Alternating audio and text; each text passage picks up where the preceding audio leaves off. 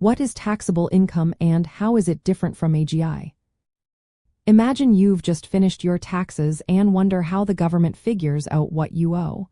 Two numbers come into play: adjusted gross income and taxable income. They sound similar but serve different purposes. Let's break it down so you can see how they fit into the bigger picture of your tax return. Your gross income is everything you earned in a year: wages, tips, freelance work, rental income, and even some government benefits. From this total, you can subtract certain deductions called above-the-line deductions. These include things like student loan interest, educator expenses, or contributions to traditional individual retirement accounts or health savings accounts.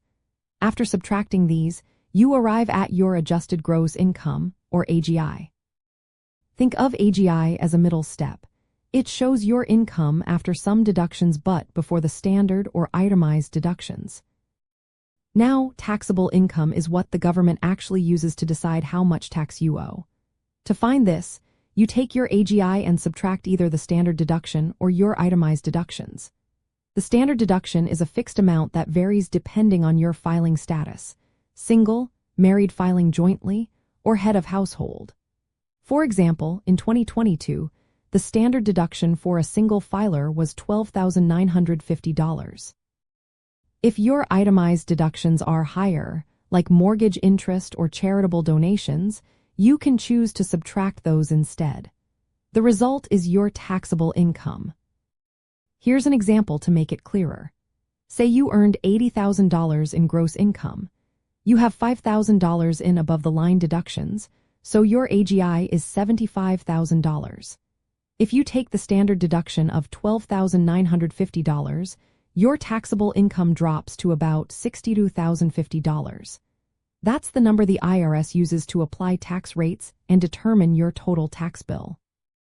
Knowing the difference between AGI and taxable income is important because AGI affects your eligibility for many tax credits and deductions.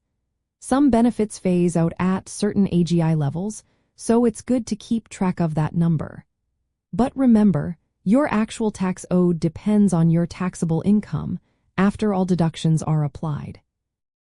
Even after calculating taxable income, you can still use tax credits to lower your total tax amount. Credits directly reduce what you owe, while deductions lower the income that gets taxed.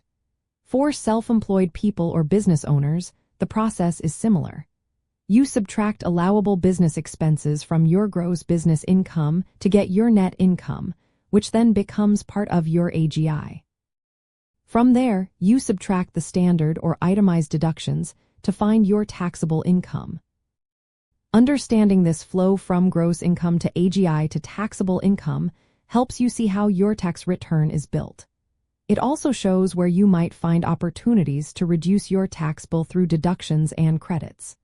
So, next time you look at your tax documents, you'll know exactly what each number means and how they work together to determine what you owe.